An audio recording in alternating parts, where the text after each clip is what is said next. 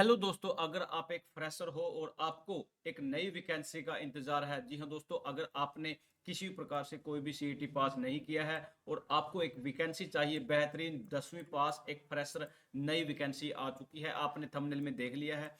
Haryana new पक्की भर्ती, न पेपर न इंटरव्यू न सीईटी, डायरेक्ट ज्वाइनिंग आपको इसके अंदर मिलने वाली है, वो भी सिर्फ 10वीं पास। जी हाँ दोस्तों, उसके अलावा अगर आप हरियाणा कौशल रोजगार निगम में लगे हुए हो या कौशल रोजगार निगम में जॉब पाना चाहते हो या किसी भी प्रकार से आप कच्चे कर्मचारी हो, Adobe DC rate part time या अन्य आउटसोर्सिंग पॉलिसी, तो फटाफट से चैनल को सब्सक्राइब कर लीजिए। हरियाणा 10वीं पास 2025, आज है 12 फरवरी 2025। एक नई वैकेंसी, बेहतरीन अच्छी वैकेंसी है, सैलरी भी अच्छी है। जी हाँ दोस्तों, शुरू करते हैं फटाफट।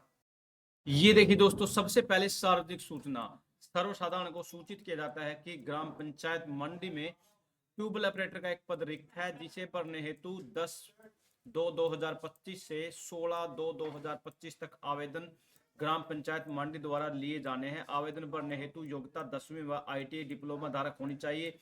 आवेदन के बाद नियमानुसार निश्चित तिथि निर्धारित करके साक्षात्कार लेकर रिक्त पद पर नियुक्त कर दी जाएगी। यहाँ इसके अंदर क्या बोला गया है, सर्वसाधारण को सूचित किया जाता है कि खंड सदोड़ा के ग्राम पंचायत कल्याणपुर के गांव में जलकर्मी रखे बारे गिरविरान एक, गांव बाना बहादुरपुर एक, ग्राम पंचायत राजपुर गांव बिड माजरा उधमगढ़ एक के अस्थायी पद भरने के आवेदन आमंत्रित किए गए हैं। ग्राम पंचायत द्वारा बताया गया कि कुल जलकर्मी आवेदन करने से यहाँ कुछ रह गए थे, इसलिए आवेदन पत्र पुनः दिनांक 10 फरवरी 2025 से 18 फरवरी 2025 तक खंड विकास एवं पंचायत अधिकारी, जो कि बीडीओ होता है, बीडीपीओ सडोरा के कार्यालय में जमा करवाना जाना है। इच्छुक उम्मीदवार हरियाणा के किसी भी सरकारी मान्यता प्राप्त स्कूल से 10वीं पास हो, जलकर्मी का कार्य करने में सक्षम होना चाहिए व सरकार द्वारा उसको सौंपे गए किसी भी अन्य कार्य को करने में सक्षम होना चाहिए।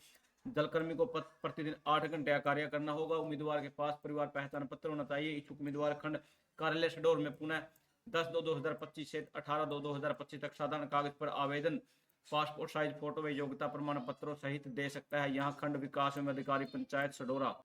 यहाँ पर देख लीजिए दोस्तों, एचकेएन के तहत सेवाएं दे रहे टीजीटी मुख्यालय ने नहीं भेजा 3.78 करोड़ का बजट। टीजीटी 69, जो कि 69 टीचरों को 8 माह से नहीं मिला वेतन। डीईओ बोले बजट के कई रिमाइंडर भेजे गए हैं। ज्यादातर टीजीटी टीचरों को जून के बाद से नहीं मिल रही सैलरी, आर्थिक समस्याओं का करना पड़ रहा है सामना। यहाँ पर ये देखिए दोस्तों, यहाँ हरियाणा कौशल रोजगार निगम एच के तहत 6ठी से 8वीं कक्षा तक सेवा दे रहे टीजीटी को 8 महीने से वेतन नहीं मिला। कहीं ना कहीं सरकार की ये एक नाकामयाबी है। सबसे पहले तो सरकार का सिस्टम दुरुस्त होना चाहिए। आप एक सीपीएलओ को लगा लीजिए, सीपीएलओ क्रेड पंचायत लोकल ऑपरेटर। जी हाँ दोस्तों, कौशल में तो कोई ऐसे ही शॉर्ट लिस्ट होता है, लेकिन सीपीएलओ को लगा लीजिए आप। मैं कौशल में कमी नहीं निकाल रहा, कौशल का अपना प्रोसेस वो भी अपने एक सही फॉर्मेट से होता है, लेकिन वो दो दो एग्जाम देने के बाद 1,000 फीस पे करने के बाद उन्होंने अच्छे सपने लिए कि वो पक्की जॉब पा चुके हैं। दो दो एग्जाम तो किसी अन्य वैकेंसी में नहीं होते, और वो बिल्कुल एजुकेटेड होने के बावजूद भी 6,000 रुपए, कहीं कोई किसी प्रकार से कोई सुनवाई नहीं है। वो इलेक्शन का समय अलग था, ये समय अब अलग है, क्योंकि सरकार के पास 5 साल का समय है। अब सैलरी के लिए 6,000 के लिए भटक रहे हैं, लेकिन यहाँ पर टीजीटी को देख लीजिए आप। 8 महीने अगर किसी की सैलरी नहीं आती है, तो आप ये लगा लीजिए वो गुजारा कैसे करता होगा, कैसे उसे घर खाने का सामान जाता होगा, वो कैसे मैनेजमेंट करता होगा। कहीं ना कहीं ये सिस्टम के बारे में सरकार को सोचना चाहिए। ऐसे चलते हुए कदमों पर नहीं चलना चाहिए।